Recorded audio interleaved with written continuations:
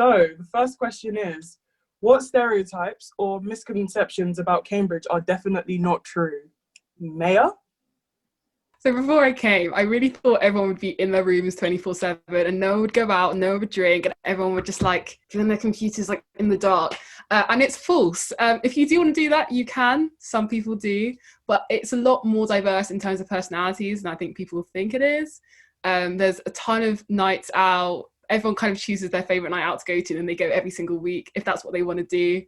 So it means there's loads of options, and I think there's like 5, 6 different clubs in Cambridge. Which means there is quite a lot of variety. They might be a bit different to big city clubs, but it's really nice. It's a fun time. So yeah, that's definitely one misconception that just isn't true. Understandable if you think so. But yeah, there's a ton of different ways to fill up your time and your evenings if that's the sort of thing you're into.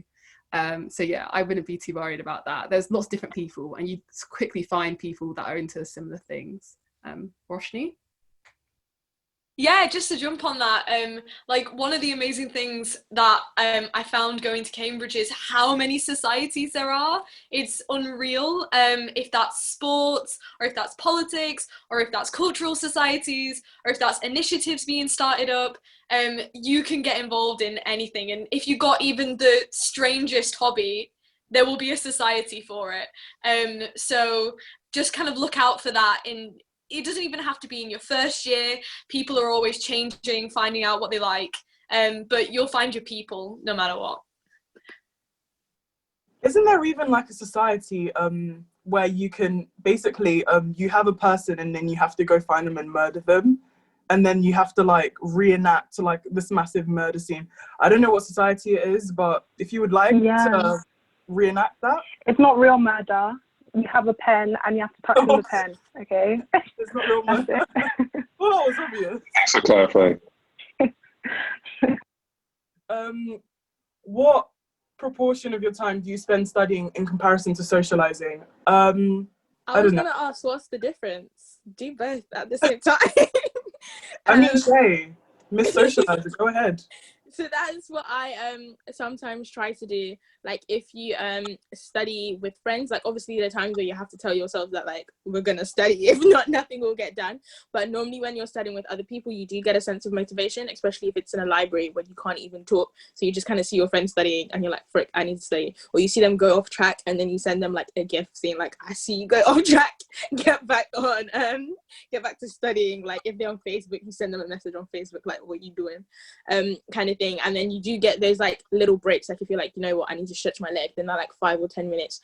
You can like banter with them, for example, then you go back to the library. But then there are also less quiet spaces, so for example just like computer spaces tend to like you can talk a bit more, and those are like always okay because like I'm in the engineering department a lot, and then people like Korea or another student or people like there are there, and like we do work, but then we're unserious candidates half the time, but like the work still gets done, and it like all just kind of like intertwines into each other. Like sometimes we'll be in the library until like there was one time when the library till like 2, but it didn't feel like you were overly working, but it was still calm. It was a weekend, so don't stress about us like not sleeping. We just slept really late into the Saturday because it was just kind of like all vibes. But yeah. Tolu?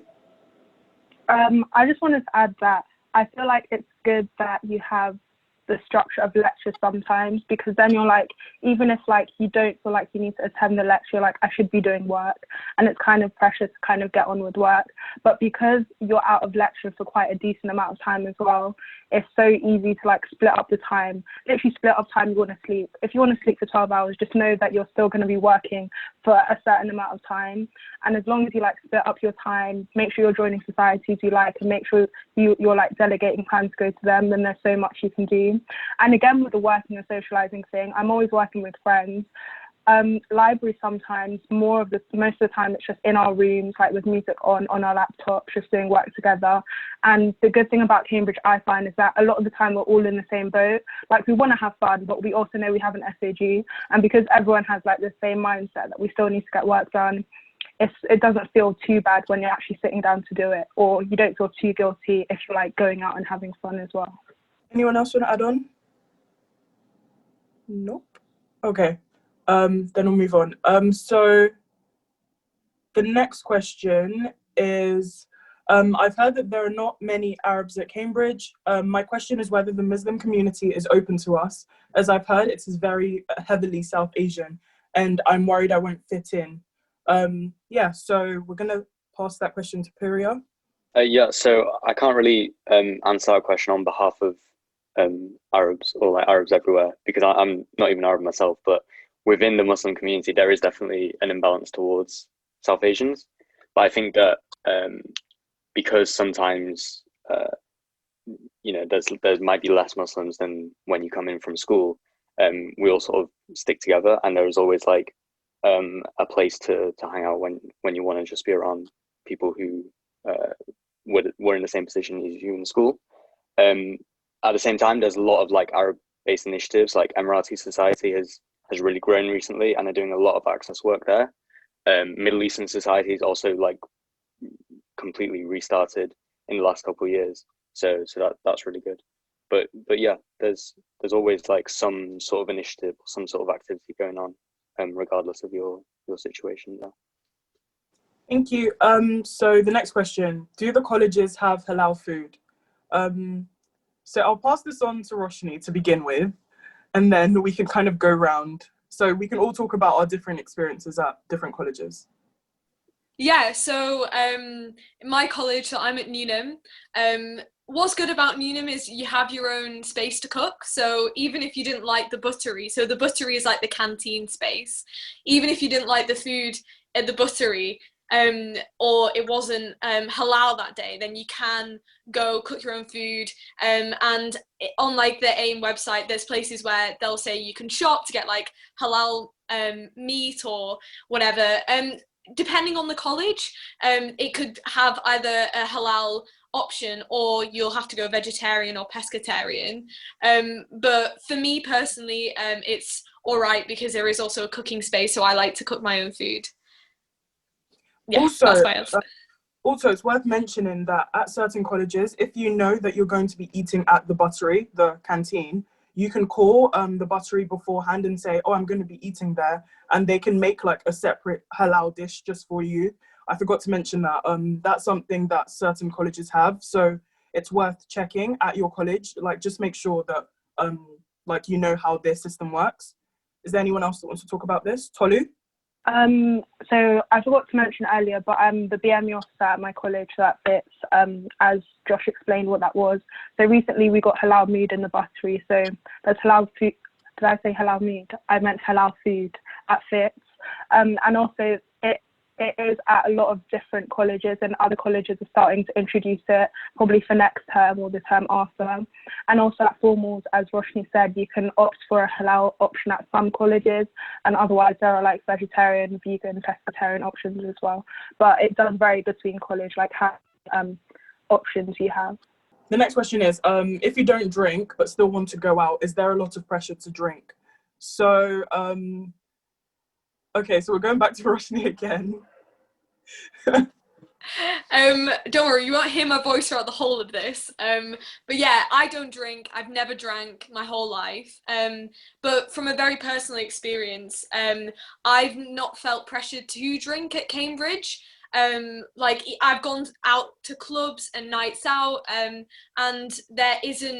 there hasn't been a need for me to feel like I have to fit in through like having a shot or whatever.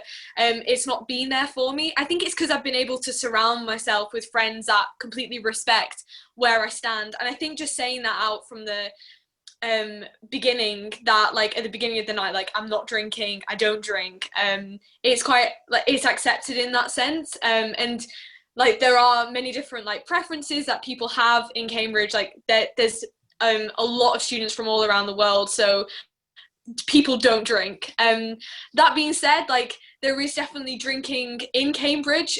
For example, in a formal, you will get given wine, but Tammy said to me before that if you turn your glass over in a formal, then they won't fill it up. Obviously they can't, but it's also kind of like a discreet way of saying like I don't want to drink today, and then you'll just have like a glass of water or some juice. So you can definitely just like share what your preferences are, and it's not too much of an issue, but that's my experience. Tolu, do you want to go? I'd echo everything Roshni said. Like, I don't drink, I haven't drank before. And coming to Cambridge, I didn't feel like it was a big issue to just say to people, I don't drink, from like the very first point I mentioned. Like, it came up in conversation. And whenever I did, like, no one had any problems with it. They didn't react like crazy, like, oh my gosh, what's wrong with you, or anything like that. They're just like, all right, and then we move on. It's not a big deal it hasn't been a big deal in my experience, even though like some of my friends do drink and go out clubbing, but there's not a lot of pressure from like my experience at Cambridge. So the next question is, out of curiosity, which course has the biggest percentage of BME students?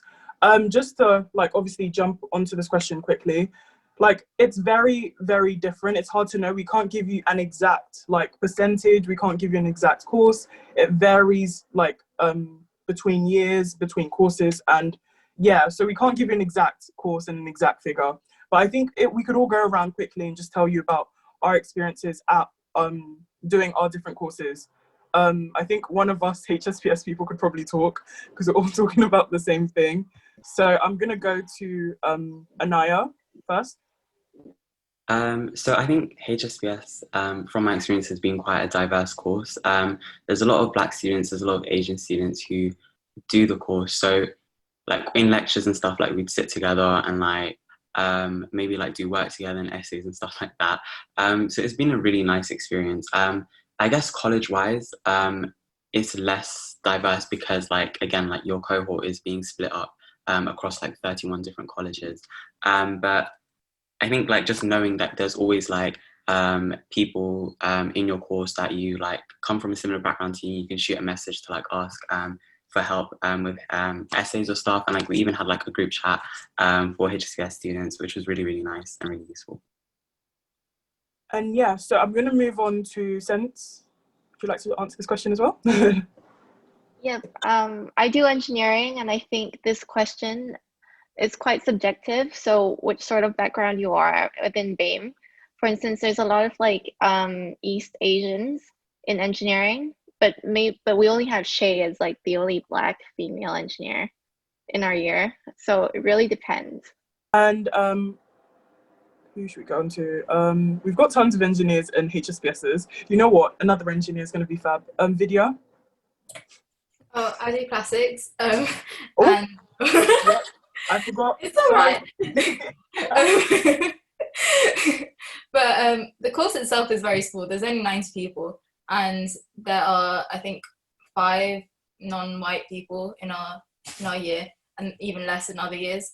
It is a problem. It's a problem with the subject itself, but I'm happy to say that it is increasing from like 1 to 2 to 5, so it's going up. Okay, so to an actual engineer now. Shay? I think in terms of like engineering as a whole, it probably comes under this like stereotypical you have to be a doctor, a lawyer, engineer.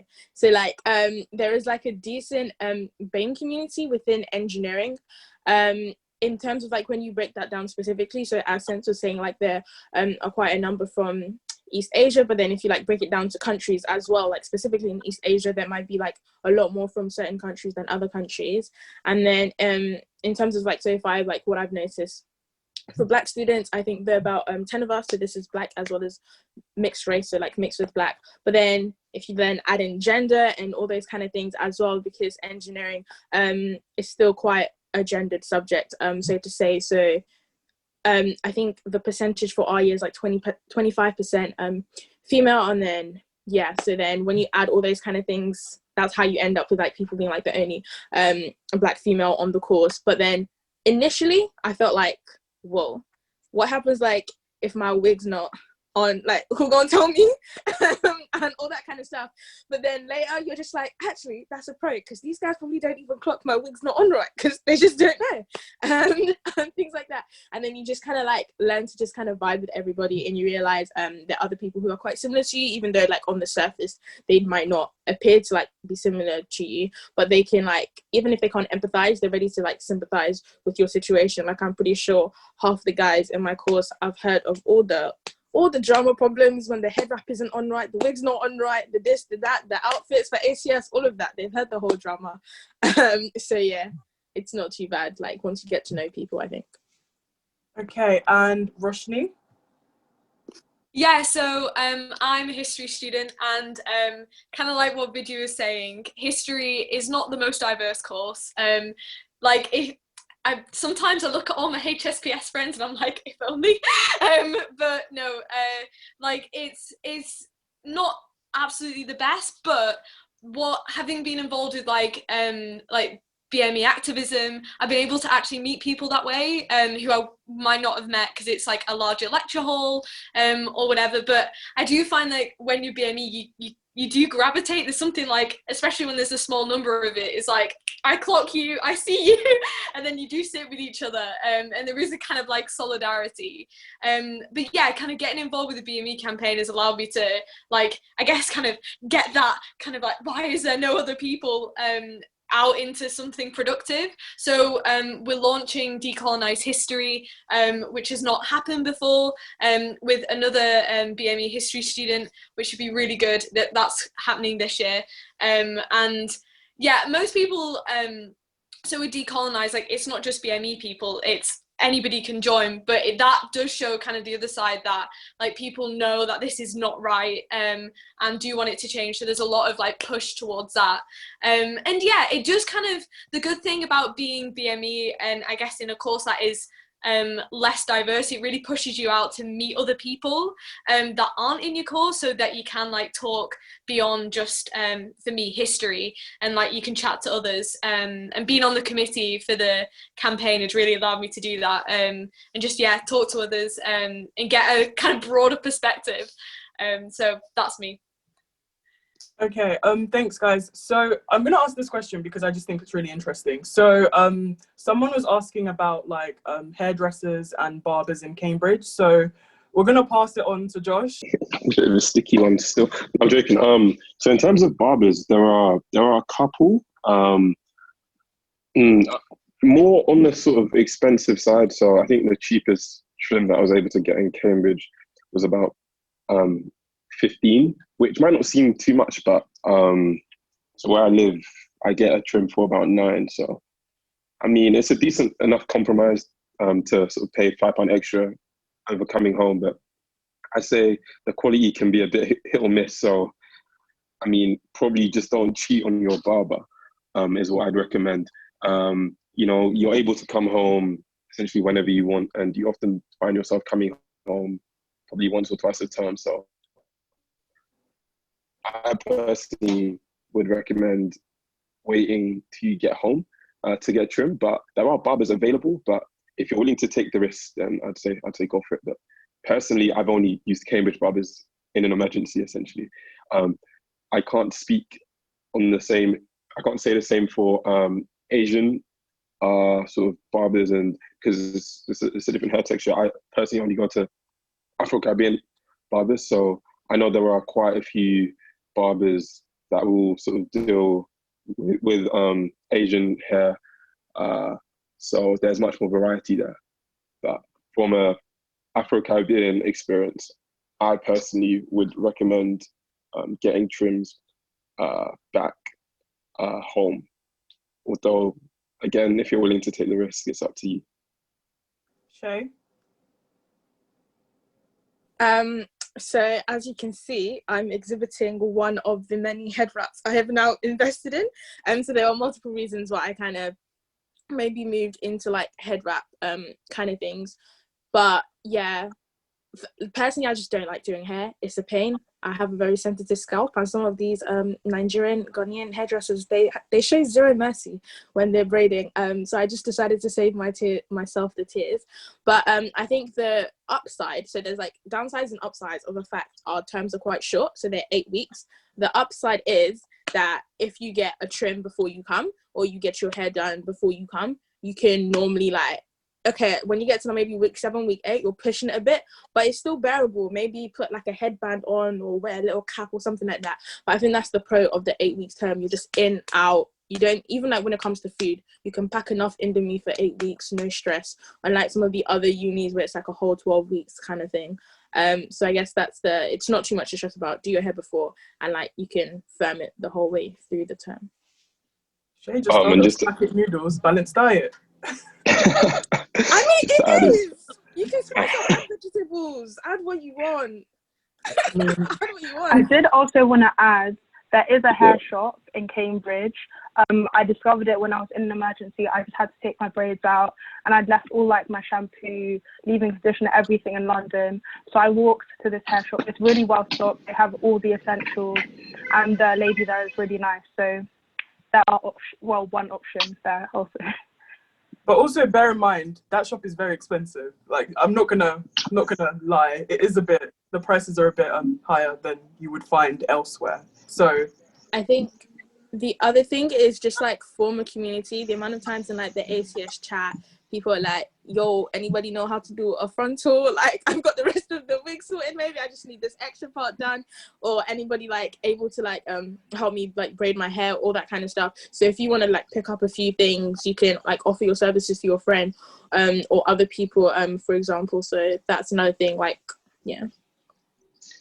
Yeah, and just to say, for the guys, like, don't be afraid to rock your do-rag if your hair's looking a bit somehow, or if you're just trying to work on the waves and whatnot. Yeah, I mean, a lot of guys do it, so don't feel uncomfortable at all.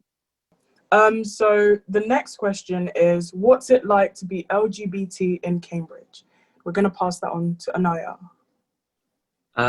So it's very white. A lot of like, so there's like a main LGBT campaign, which is like for LGBT students, similar to what the BME campaign is about. But unfortunately, it's very white dominated. However, like before I came into first year, I was made aware of a society called Fuse, which is a society for BME LGBTQ+ students. And it was like my lifeline throughout like first year. So there's like weekly events. And even outside of those weekly events, like we tend to hang out together a lot and like go out together and like just like hang out together in colleges or whatever. So it's been a really great experience to like make queer people friends with like other queer people of color.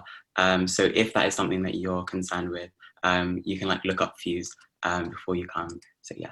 Okay, so I'm going to take a question from the chat now. Do you have any tips about making friends and getting on with flatmates if they are white or do not come from a similar background to you? So anyone who wants to answer that? I'll pass first on to Maya. Yeah, so at Pembroke, I'm the only black girl in my year, which I wasn't expecting. But so I was a bit worried when I first got there. I think generally like making friends at uni is something that everyone worries about. So if that is something that you're like hesitant about, like don't worry, everyone feels exactly the same. But yeah, I think the biggest thing that I found useful was to not kind of try not to have preconceived judgments about people. Like try not to assume that everyone will be against you or that everyone's going to say something about your hair or that everyone's looking at you strangely. Like it's easier said than done, but it really does help when you try and go in with an open mind. If someone gives you a reason and they're particularly hostile or you just get a very off vibe, you do not have to communicate. You can cut them off. You do not have to. That's what great about uni. It's not like school. You have to be next to them in lessons. Like if someone's like off with you, you do not have to be in contact with them at all. It's completely fine. So yeah, if someone gives you a reason, do not speak to them anymore. But other than that, try going with an open mind. You can meet so many interesting people that you would never, like there's so many friends I have that I hold so dearly that I would never have spoken to if I'd have just assumed that because they were white, they wouldn't understand, or yeah, they might not understand, but sometimes they're willing to listen and they're willing to like learn. And that's definitely like a way to kind of move forward with it. But yeah, in terms of like practical things, like try and keep your door open. I don't know what the COVID stuff is going to be like for you guys, but if you can like in households in your flats, then yeah, try and keep your door open on the first like couple days as much as possible. I did that, and at one point there were like 17 people in my room, strangers, like keep in mind, but by the end of that like hour or so we weren't strangers anymore because we like met each other. So yeah, just try and be open-minded. Try not to assume that everyone's against you. Like no one, like everyone wants to make friends. No one's going to come up to you and just start being like hostile for no reason. And if they do, then, you know, cut them off. But yeah, you'll be completely fine. But try and have an open mind and you have a great time. Okay, does anyone else want to jump on that question? Shay? Hi, so I would say like in first term, I didn't really talk to that many people. It was kind of peak because when I went back to my secondary school to like collect results, and they were like, "Oh, how's Cambridge? Do you have any friends?" And I'm thinking, at a push, I could probably say 2. And they're like, "What the heck?" Because like I'm quite a bubbly person generally, but I think when I came to Cambridge, I thought everyone would not be like bubbly, everyone would be a serious candidate. So I kind of like try to play to that role as well and like just keep my mouth shut. And I think the whole thing of like maybe being a minority, I'm like, yo, if I present myself in a certain way and I'm like the only interaction some of these people have with like a black girl, maybe they're gonna think like all black girls are like loud or whatever. So I'm like, let me just keep myself to myself. But then my teachers kind of encouraged me like, they gon' deal with it. If they like it, then they like it. If they don't, then cut them off. So exactly like the same energy Maya is given, but obviously they said it in their like teacher voice and stuff like that. And they were kind of like, oh, if you just stay in your room, like how are you gonna make friends? Like, no offense, but that's kind of like on you. So like Lent terms, that's the second term, we they decided to punish us by giving us mocks. So I already knew I was gonna cry, because that's just me as a person. So I'm like, let's just extend this crying to everyone and do like a crying party. No one actually cried, which was great, but it was like a pizza party essentially, where a bunch of people came, and that's kind of where I started to like make more friends in engineering. So just doing like random things like that. Good. So kind of building on that, how do you deal with microaggressions? That's another question that came up. Can anyone answer this? Roshni? Yeah, so kind of for those who don't know what microaggressions are, though it is kind of the word at the moment, but microaggressions are the kind of small little comments or little like hostile feelings or expressions or whatever that are done in kind of perhaps like one-off situations or done slightly that aren't obvious and overt racism. So it's not like someone saying a slur, but it's just making you feel uncomfortable in your own skin. Now, I think that like there are definitely instances of this in Cambridge, as unfortunately there is in like the whole of the UK and the world over. But what the kind of the BME campaign tries to do is at the beginning of your time at Cambridge, you get a freshers workshop, which gives so BME and non-BME people attend. In your college, it's run by the JCR college reps, where some of them are already here, and it's kind of telling people what is racism, like what is microaggressions, but also saying like how you can call someone out and how you can like react to being called out. So at the beginning there is already a kind of a way for you to be able to say something productively if you're not feeling okay about it.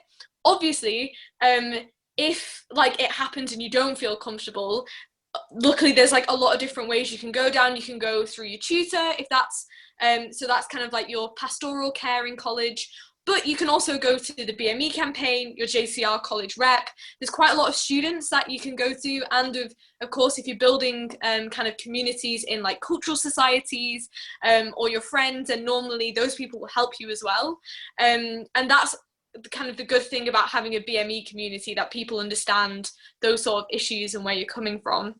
But yeah, like microaggressions do occur. However, also the BME campaign is trying to track those with a collaboration with End Everyday Racism, which was set up in the sociology department, and it's creating data out of the little things that maybe you don't feel like you want to report, but there is stuff being done, and definitely we will not let it rest. Like, it's not okay, even if it's small, it's going to make you feel uncomfortable, but then there are ways to deal with it, and there are people to go to and places to go to, so you won't feel alone, hopefully. If you want to know more about it, there will be more coming out in Freshers, but you can also contact the BME campaign before you come if you want more like advice or whatever. But I don't want to take up too much time in this Q&A, but yeah, do definitely shoot us a message or email. Thanks, Roshni. So the next question is, how do you stay motivated to study during tough times at Cambridge?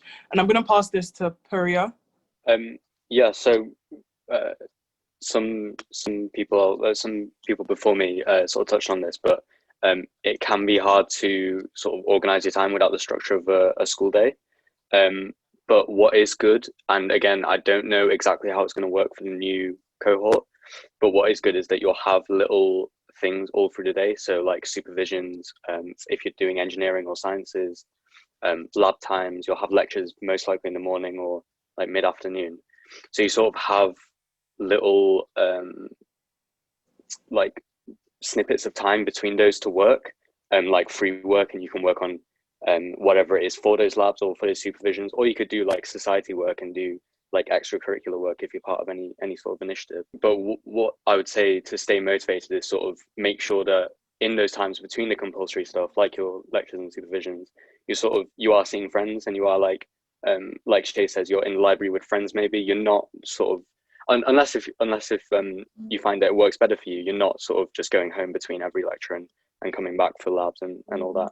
You're making sure that you're sort of, you know what's going on around you, and you sort of keep that balance between working hard, because you know that's sort of what you're there for, but also just, you know, staying mentally fit as well, and making sure that you've got that balance there and that headspace in that time. Yeah, that's a really good answer. So does anyone else want to jump in? Sense?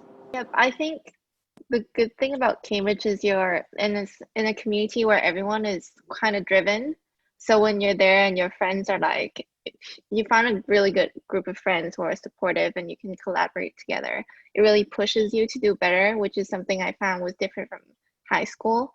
But also, I'm not sure if this is how they meant to say the question, but like tough times in terms of like mentally challenging times, I think you also have to self-reflect and ask yourself if you don't have motivation to do work because, you know, you're going through a really rough patch, and if you need professional help. So you should reach out when that happens as well. That's a very good point. There are so many different services that the university provides in case you are going through a hard time for various reasons. There's the university counselling service. You can also request to see like a BME counsellor. What else can you do? There's so much. And in terms of welfare in college, we all have our college parents. So if it's a thing that a current student can help you just deal with by talking through, maybe it's academic pressure, you just don't understand how to revise for your subject, or you don't understand the lectures, it would be good to talk to someone who's kind of doing the same subject as you and has been through the same situation. So in that sense, like there's so many ways that the university does support us in that sense, in terms of mental health and all of that. If you're struggling with anything, the best thing to do is to reach out to someone and they'll point you in the right direction, whether that be your tutor through like the formalized structures, or through informal structures like your friends and your just your peers. Honestly, like being here, it doesn't have to be a hard time. It can be fun. You can make the most out of every experience at Cambridge, but all you have to do is you need to reach out to the right people. And yeah, we're here to help. So if there's anything that you're struggling with in first year, reach out. We will be more than happy to help. Like, I was gonna say we have free time, but we're at Cambridge. We're all busy, but we'll make time for you. So a question's come up on the chat. How would you go about cooking your ethnic food if your kitchen doesn't have ovens, hobs, etc., and like only fridges and microwaves? So I'm gonna pass this to, so who cooks? And that's the real question. So Roshni, do you cook? Mate, I can make a good curry, thank you very much. But no, like I'm lucky because I do have a kitchen, so I won't answer this question because it's specifically about not having a kitchen. So I'll let somebody else answer if they're more like, they understand the situation a bit more. So who doesn't have a kitchen? Because I know like quite a few of us here do actually do. Maya, do you have a kitchen? Kitchen's a strong word. They call it a JIP. I don't know what it stands for. Don't ask me. It's like a cupboard. There's a microwave in it and 2 hot plates. That is all. So yeah, in terms of cooking ethnic food, I really just took the L and just didn't do it for a while. But then I got a spur of motivation at one point and decided to cook plantain, and it was an experience. You can do it. But yeah, again, like that's a good thing about making friends at other colleges, because then you can use their kitchens and cook together. And I think in terms of ethnic food, like that is one of the best things about it, is it can really bring you together. And so if you find like people through, whether that's ACS or Hindu Sok or whatever it is you're a part of, or just random friends that you know come from like a similar background to you, you can just meet up, go to their college and eat food together. And it's really, it really is really nice. And also, yeah, sorry, just to backtrack a bit to the last question about like workload and stuff and like how much you work. I just wanted to say, like, it's really important to just focus on your own lane. Like, don't worry. It can be very tempting when you get here to see, oh, it's day 3 of Freshers Week and she's in the library. Should I be like, no, just no. Like, you know yourself. You've got yourself to this place. No one else has. This leading up to this, your academic career has been you. So whatever you've been doing, it's been working. So don't feel pressured to like switch it up or try and like work harder to catch up with everyone. Like, you know what works best. So if that's not 24 hours in the library, don't do 24 hours in the library. That was just something I wanted to add in there. I also just wanted to add on to the last question that although like you might think Cambridge is just like academic rigor, you have to write your essays, get them in on time.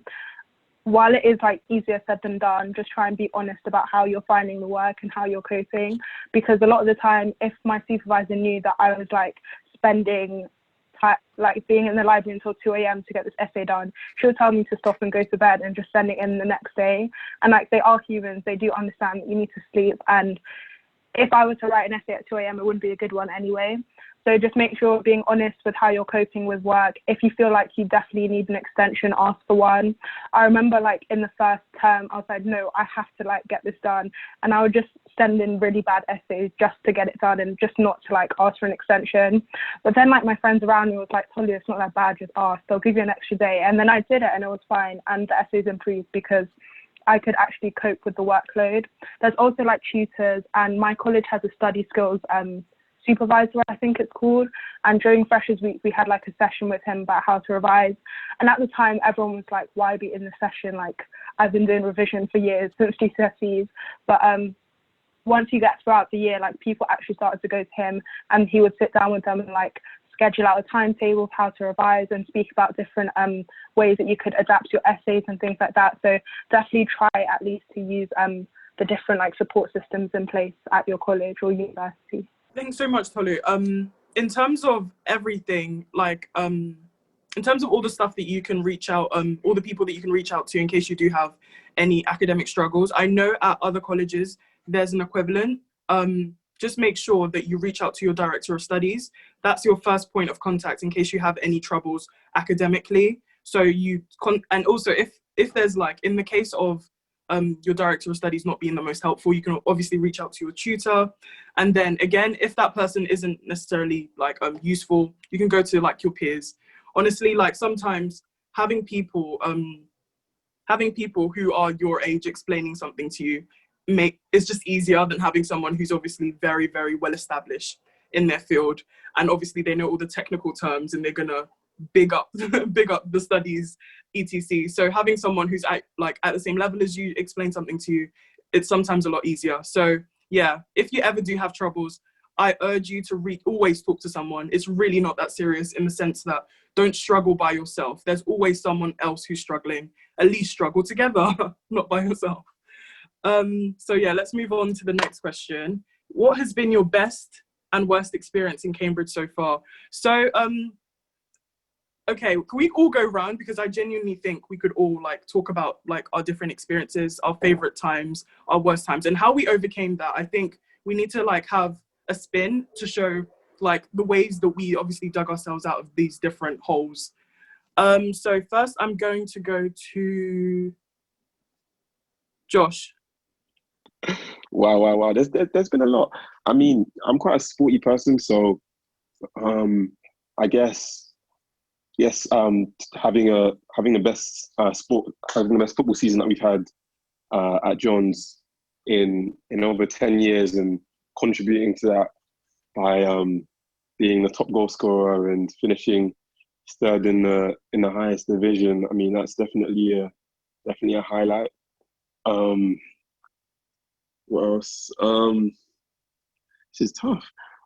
On my birthday, actually, I had a gathering and friends over, music, and it was just such a vibe, and it just reminded me why community matters so much, and being around the people that were, I guess, closest to me, and that was a great feeling. In terms of worst experience, I'm not gonna lie, it's probably, this is tough. It's tough. Probably being questioned by a porter. Just sort of that kind of experience around feeling as if you're an outsider in Cambridge, and although it resulted. I mean, it was very sort of quick, and it was nothing, I guess, that had a overall negative impact on me. Just that kind of experience of being asked to almost kind of account for myself. Yeah, it wasn't a nice experience, and it made me feel somewhat of an outsider. So that's definitely one of the more negative experiences I've had in Cambridge. So yeah. Just so everyone else can have a chance to obviously think about theirs, I'll talk about mine. So I would say my best experiences at Cambridge were all the different events that I got to go to with like my friends. Dressing up's fun. I enjoy dressing up because obviously if you catch me at lectures, jogging bottoms, trainers, and one stupid beanie because I don't want to brush my hair. That's how you catch me in Cambridge usually. So dressing up was always nice, especially like after everyone's obviously been doing work that week, and then we're all going to formals, things like ACS Affair, all the various ACS events. They were so much fun. Big up our VP, Anaya. And I would say my worst experience at Cambridge, I think it's just after a while, everything just like you get into the system, this routine, and then it's kind of like, oh, now I'm tired. Like, because everything at Cambridge is so, because you're there to work. The 8 weeks that we spend in Cambridge, it's 8 weeks of work, let's not lie. And I think after you get to about like the 4th week, you're like, oh, I'm kind of tired. This is very long. And yeah, it starts to happen. And I think the way that I kind of got myself out of that situation was just like I spent more times with my friends, going to societies, and it's a thing of balance. Like if you don't balance yourself and balance your work, it will start to like get on top of you.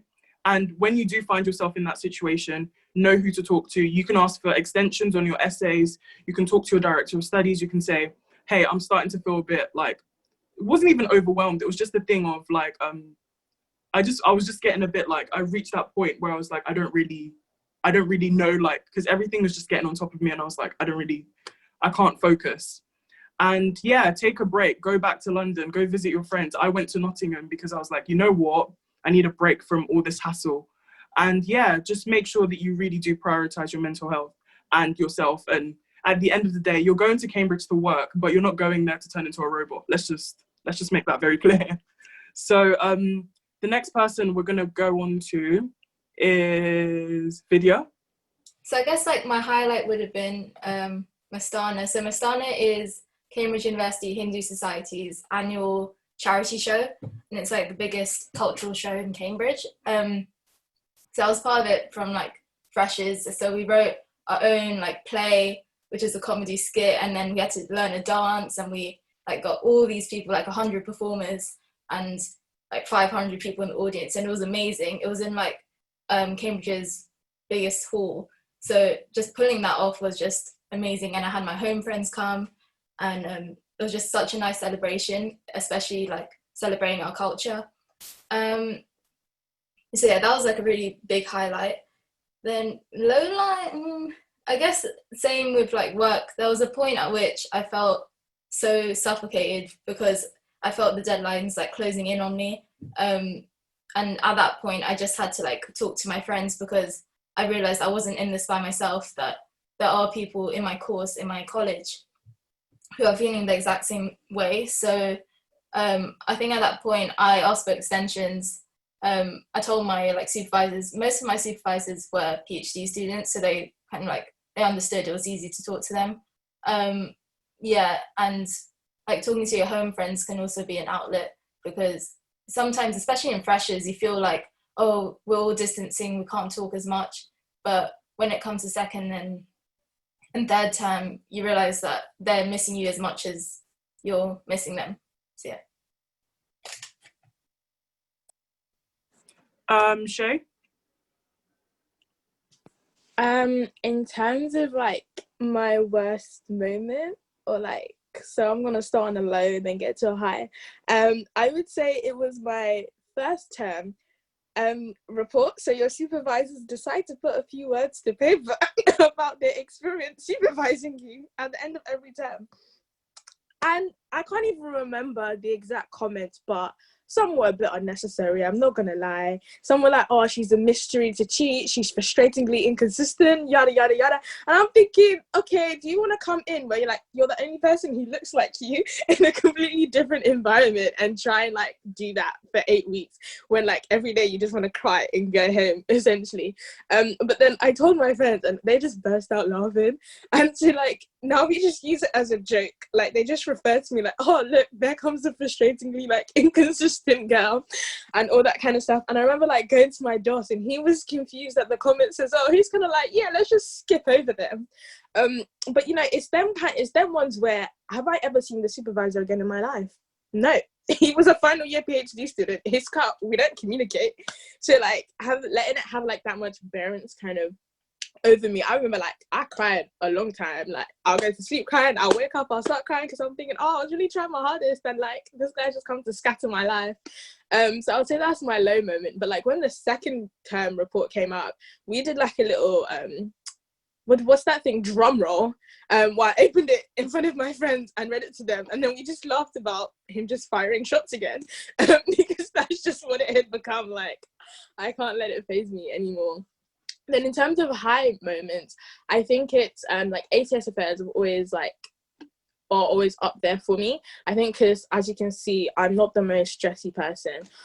So like to do the like clothes and the makeup and the blah blah blah, I remember this most recent one, I had to email literally everyone in my college. I had to get them to reorganize their supervision so I could go, and then I had to write an email to my supervisor, my boss, like, I need you to understand the importance, the gravity of this event and how I'm gonna mess up everyone's timetable just so I have enough time to like get ready from the supervision. Like it was like run back or like cycle back to my room, get ready, and then come to ACS affair. So that's always a highlight. But I think even like comparable to the ACS events is those random like spontaneous moments. I mean the ones where like you're like in the library and you're like, oh, we just have like this spurts. Like after one of the ACS events, we're in like a different college and we had like work to do and we're like, we can't be asked to go to like back to our colleges or whatever. If you go back to our rooms, we're just gonna sleep. So like you just stay in that random college and you just kind of do work. Those kind of spontaneous ones where like your friends will come around, you do cooking, and then they realize they have a supervision 9 a.m. the next day, and you're there trying to like get them motivated to like finish their work in time for that supervision. And I think those like kind of spontaneous moments are always key. So be like flexible enough to have those spontaneous moments, because you can't schedule yourself to death essentially. So yeah. Tolu? I think my best moments at Cambridge are definitely like when I can get people to come to FITS, because the thing about Cambridge is a lot of colleges are very close together, like 30 seconds away. So when you say come to FITS, which is like a 10-15 minute walk, for like, oh my gosh, I have to get a cab, have to get a plane, have to get a helicopter, it's too far. So after Black Women, we had a Black Woman of Cambridge formal, which was actually on my birthday. So after that, a lot of people came back to FITS, and then we had like a little chill thing, like how Josh had his birthday thing. And also one of the highlights was we had like a FITSmas. So I asked everyone to like cook food and then bring it to FITS. And I knew people would come if there was food. So we had like jollof, we had roast potatoes, we had roast chicken, we had loads of different Christmas foods, and it was just really good. Yeah, it was good. And it was just good. It was fun. And people were here at FITS, which was mad because a lot of people don't like to travel. On the bad side, I think similar to what a lot of people have been saying, stuff about like just when you have so many deadlines all at the same time, and if you have like other maybe society responsibilities or JCR responsibilities, and it feels like everything is like needs to happen at the exact same time. And how I got around that, like I was sitting in my room and the words just weren't coming for the essay. So I got up, I think I knocked on Tammy's door. She came out in her yellow beanie and I was like, Tammy, can I just sit in your room? I think she was also having an essay crisis. So I just sat there while she like finished her essay. And I think just going to speak to friends is always really helpful, because as someone was saying before, like a lot of people are in the same boat. They're also stressed about different assignments or responsibilities. So if you know other people are dealing with it, you can always talk to them about it as well. And I think that's really helped me. Also, generally, just going to my tutor or director of studies has been helpful because they know how best to navigate Cambridge from an academic perspective. So like they'll advise you on things like that as well. And just for the people who are looking for the invite, yeah, contact me and Tolu, we'll see. So next we'll move on to Maya. Yeah, I think it's good to start on the low and then bring it up. So yeah, I think my lowest point, yeah, I think it was sort of similar to Shay's, like the end of first term and sort of reflecting on your supervisions and like comparing yourself to other people and sort of thinking like, oh, I've gone through whole supervisions but I haven't spoken. I don't think that's what you're supposed to do. Like literally, there was so I do HSPS, which is like, yeah, politics, sociology, which is great because there's so many different parts you can like find yourself in. So for me, sociology is what I'm specializing in, but you still have to do like international relations and politics, which isn't my strong point. And I just remember like there was one supervision, my friend was like coming in after me, like straight after, and she was like, I have my ear pressed against the door. You didn't say anything for the entire time. And it really just made me like question myself. And I was like, do I know what I'm doing? I don't know what I'm doing. Because I was just really scared. I was scared of not saying the right thing or always making it about race or something like that. So that was definitely like one of my lowest points. But I think getting out of that, you just have to talk to yourself and check yourself. And just remember, you got yourself here again. So you deserve to be here. And also you're paying your £9,000. It's really up to you what you do in those 15 minutes. So if you want to not talk, don't talk. Completely fine. You're still gonna get your degree. And yeah, just like Cambridge isn't just this abstract thing. Like once you get here, you are Cambridge. So you can define that however you want. And don't let anyone pressure you into defining it into a different way. And yeah, just like back yourself a bit. And that really helps you get out of those low moments. And yeah, in terms of highs, I think like it always comes in the little spontaneous moments. Like I can't think of one standout thing, but like things that would be really mundane, but actually were really like nice. Like, I don't know, the laundry was always in a different building to me. That was in my friend's building. So whenever I'd go and do my laundry, I'd like sit in her room and like annoy her. And it was just nice. And then again, like the end of last term, like it was a bit sour because obviously we left and COVID happened and we couldn't go back for third term. And that was really sad. I think that was quite a low, but at the same time it was a high because I realized I'd met so many amazing people and I actually had people that I missed and that I wanted to go back, and I was sad that I wasn't going back. So yeah, all the worries that you're having now, like I promise you in a year's time you'll be like, what was I worried about? Like it all worked out for the best. So yeah, there's definitely always a high after the lows. Thanks, Maya. So Peria? Yeah, just gonna echo again, like when things do get too much, and definitely trying to find your way out of those situations. What I quite liked though was May week last year. Obviously it wasn't the same this year because we were all at home, but it was like having that space with your friends when you're just like able to chill. I did actually end up going to one of the Maples. It's not as good as it's hyped up to be, but just having that space in May week. Just to be around everyone, all the people you've met, especially in first year, people you've known for not the longest time, but without having to worry about heading back to yours or heading back to the library after a while. Okay. Anaya? So I think one of the lows for me was in first term. Like I think after Freshers Week when everyone was like done socializing and stuff, there were like moments like on the weekend where you wouldn't have like supervisions or lectures and stuff, where like I realized like I'd spend the whole day like not actually talking to anyone except like sending messages and stuff like that.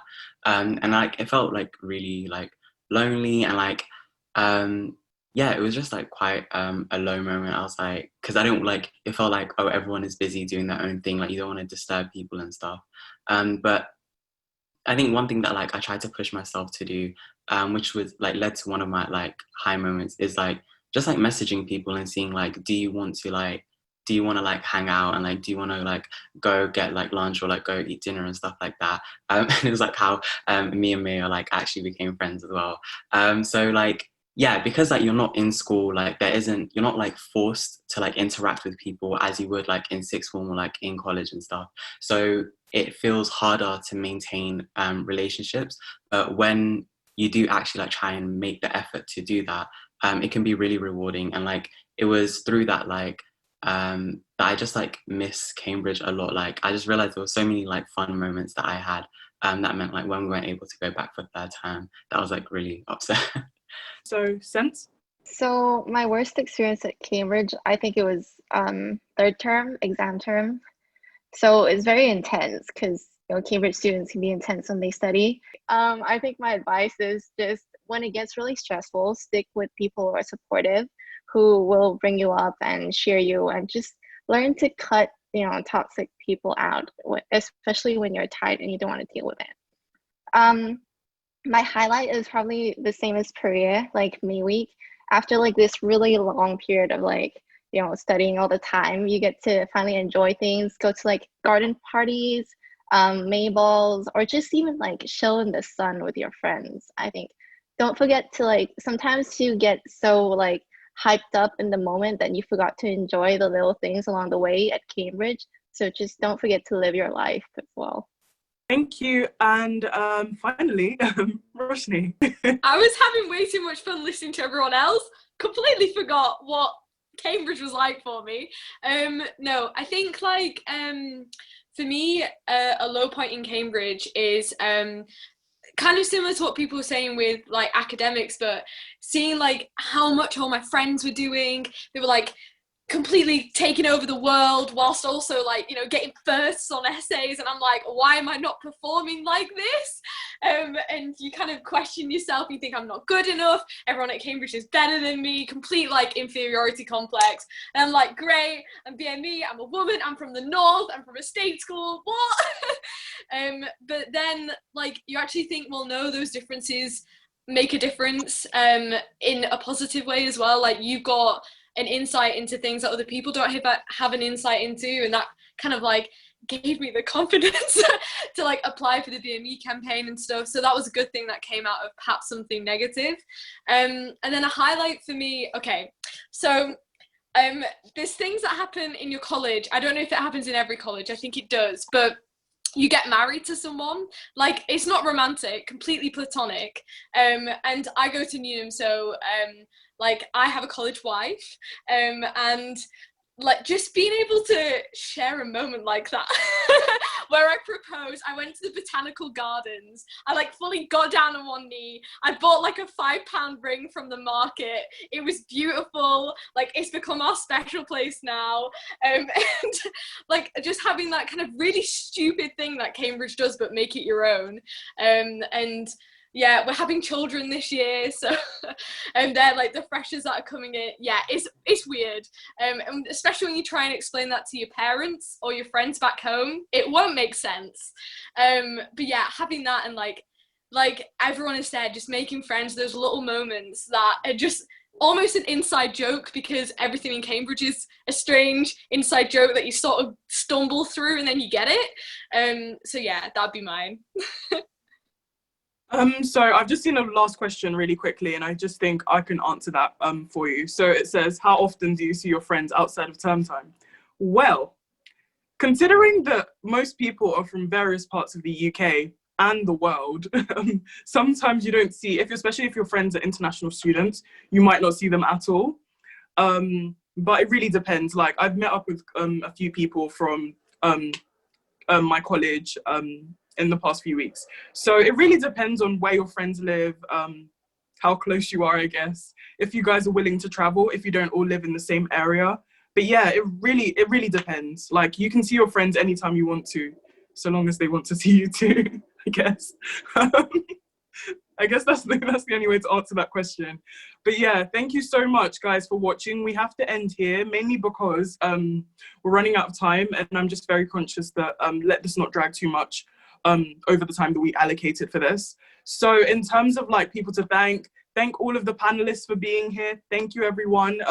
It means the absolute world that you want to share your experiences with like the incoming freshers. Thank you to Tolu for organizing all of this. Like she's the brains behind everything. So big thank you to Tolu. Thank you to all the people from AIM, all the people from the BME campaign, which is all of us, and all the work that they've been doing behind the scenes. I'm going to give a special shout out to our ACS VP because she's here and she's doing a great job. So yes, special shout out to you, and to our VP in Thai Society. A special shout out to you as well, because all of you are doing great things, and I think it's just really worth highlighting. So yeah, thank you all for joining, and yeah, I hope we've answered all your questions. If you have any more, you can DM us. I'm sure we wouldn't mind answering. So Tolu? In terms of how you can get involved with AIM and the BME campaign before you join us, hopefully in October, on the aimcambridge.co.uk website, we have an FAQs page, which is basically what we've been doing now, but on a computer. So we've answered some like frequently asked questions based on like BME experiences. And so we've answered like some questions based on BME experiences on there. So definitely check that out and enter like some more questions that you want answered. The BME campaign is running a mentorship scheme, an academic one, which you can sign up for, which is also on the link tree. And then also a big SIBS, which Maya is working on with FLY, which is a society for women and non-binary people of colour. So that's more of like a friendship kind of mentorship scheme. So yeah, definitely sign up before you come. And thank you so much for joining it again, and congrats. And we hope to see you soon.